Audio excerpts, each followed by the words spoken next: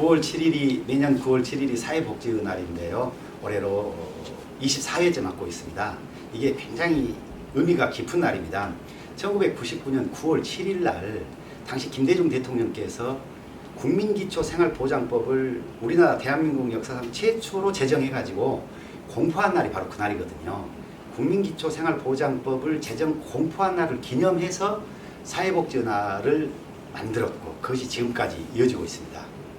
우리가 매년 3월 30일은 사회복지사 날이에요. 그래서 3월에는 사회복지사님들의 노고와 땀을 응원하고 그분들의 노력을 격려하기 위해서 기념한다면 9월 7일은 모든 국민이 최소한의 인간다운 삶을 보장할 수 있는 제도를 만들고 그 제도 하에서 대한민국 국민이 살기 시작했다는 것을 의미하는 날이 사회복지의 날이라고 보시면 되겠습니다.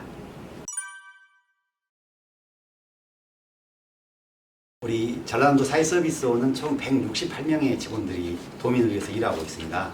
그 중에 무려 144명이 사회복지사, 요양보호사, 그리고 보육교사입니다. 85%가 사회복지 종사자들입니다. 144명의 사회복지 종사자들 중에서 20명만 남성이고 나머지 124명이 또 여성이에요. 그래서 성비로 보면 14대 86입니다. 여초 현상이 너무 심합니다. 남성 여러분들도 좋은 일자리 찾아서 많은 곳으로 진출하고 있지만 사회서비스, 사회복지 현장으로 많이 오시면 더 좋겠습니다. 저희 전라남도 사회서비스원은 다양한 여러가지 사회복지 또 보건의료 지원 사업 등을 하고 있는데요. 대표적인 사업이 도민들을 방방곡곡 찾아가는 전남 행복버스, 또 재난이라든가 재해 등으로 어려움을 처했을 때 긴급 돌봄을 수행하고 있습니다. 그리고 전남에는 12,000개의 사회복지 시설이 있는데요. 이런 사회복지 시설에서 일하시는 종사자들의 역량 강화 교육, 그리고 사회복지 시설들이 보다 합리적으로, 보다 또 적법하게, 또 보다 더 발전적으로 운영될 수 있도록 노무, 회계, 재무 등을 도와주는 경영 컨설팅 사업들을 중점적으로 수행하고 있습니다.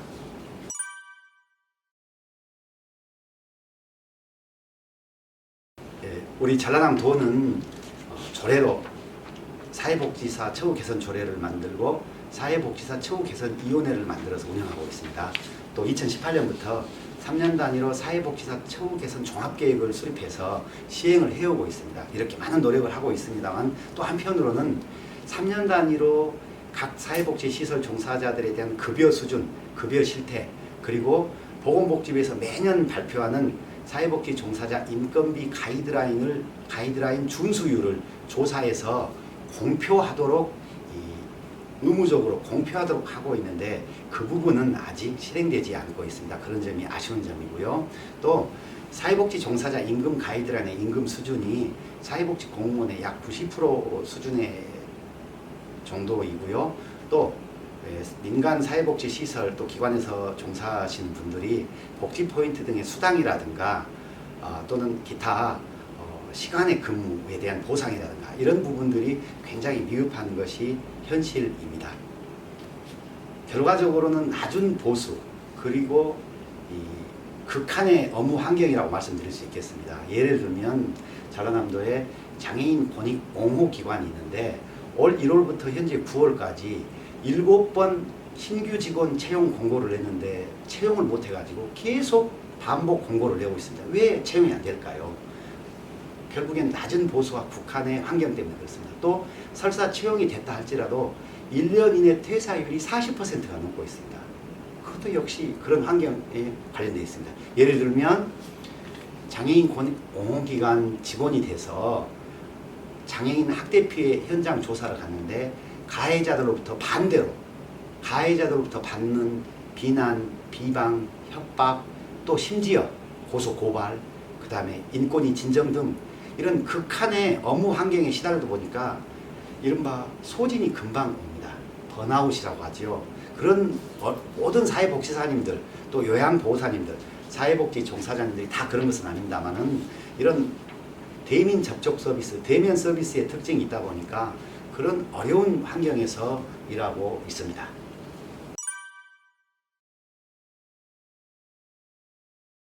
우리 전라남도는 2018년부터 사회복지사 처우개선 종합계획을 수립해서 잘 시행을 하고 있습니다. 그래서 2021년부터 2023년까지가 1기 사회복지사 처우개선 종합계획 기간이었고요. 2024년부터 2026년까지가 제2기 사회복지사 등 처우개선 종합계획 수립 시행 기간입니다. 그래서 현재 저희 전라남도 사회서비스원에서 정책연구팀이 제2기 사회복지사 처우개선 종합계획 연구 용역을 수행하고 있습니다. 4월 달에 용역 착수보고를 했고요. 5월부터 7월까지 실태조사, 임금, 근로환경 등의 실태조사를 마쳤고 9월에 중간보고를 거쳐서 10월에 공청회 그리고 최종 용역 결과 보고서를 전라남도에 제출할 예정으로 착착 진행되고 있습니다. 첫 번째로 1기 2021년부터 2023년까지 수행된 사회복지사 처우개선 종합계획에 대한 성과와 문제점을 파악해보고요. 또 현재 민간 사회복지 현장 종사자들의 임금 실태와 근로 환경 실태를 조사하고요. 또 다른 지방자치단체의 사회복지사 등 처우개선 종합계획의 어떤 현황을 수집해서 최종적으로 제2기 사회복지사 처우개선 종합계획 전략, 방안, 구체적인 내용까지 담을 예정입니다.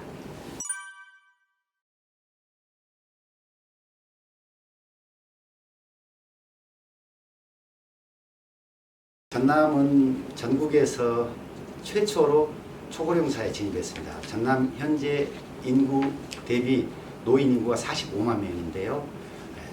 노인 고령화율이 25%를 넘고 있습니다. 65세 이상 어르신들의 치매 유병률도 12%에 도달하고 있어서 전국의 최고 수준을 나타내고 있습니다.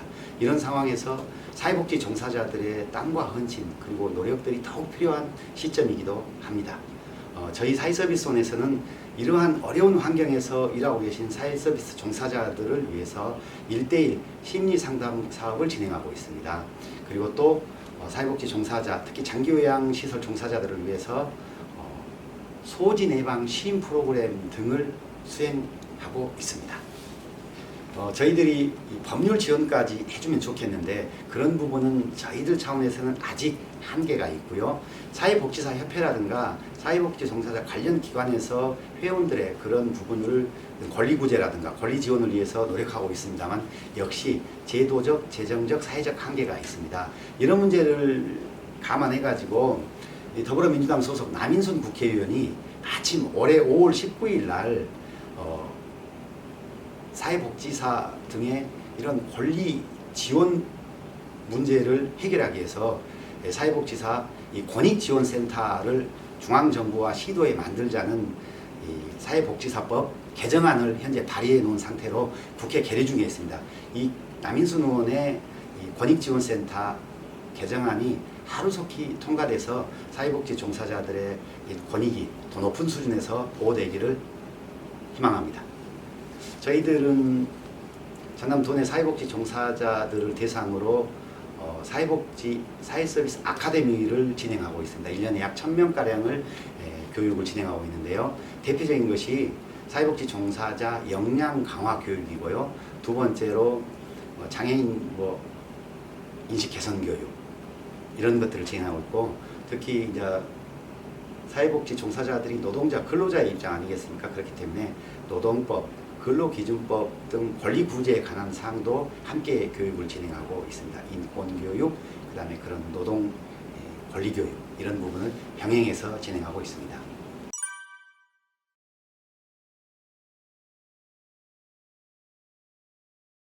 저희가 사회복지은할 전국 17개 사회서비스원 경영평가에서 우수 등급을 받아서 사실은 서울로 표창을 받으러 갑니다.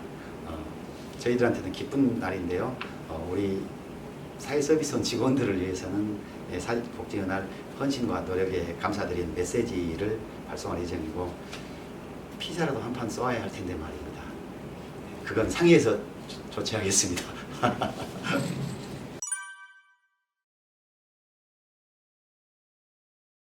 전라남도에서 사회복지시설 기관이 12,000개가 있습니다. 그리고 그 속에 종사하시는 분들이 75,000명이 있습니다. 그 중에서도 장애인 생활시설 등 사회복지 생활시설들은 438개가 있고요. 438개의 장애인 등의 생활시설의 종사자분들이 7,399명이 있습니다. 이분들은 워라밸이 없습니다. 명절에도 휴일에도 어떤 경우에도 교대 근무, 야간 근무 등을 기본적으로 수행합니다. 그 덕에 대한민국 전남의 복지가 꽃을 피우고 있고 이어지고 있습니다. 그분들의 헌신과 땀에 진심으로 감사드리고 저희들 사회서비스원에서도 이런 분들이 보다 더 높은 수준의 사회서비스를 제공하고 보다 더 인간적인 정당한 대우를 받을 수 있도록 관심을 갖고 지원을 아끼지 않겠습니다. 사회복지 종사자 여러분, 화이팅!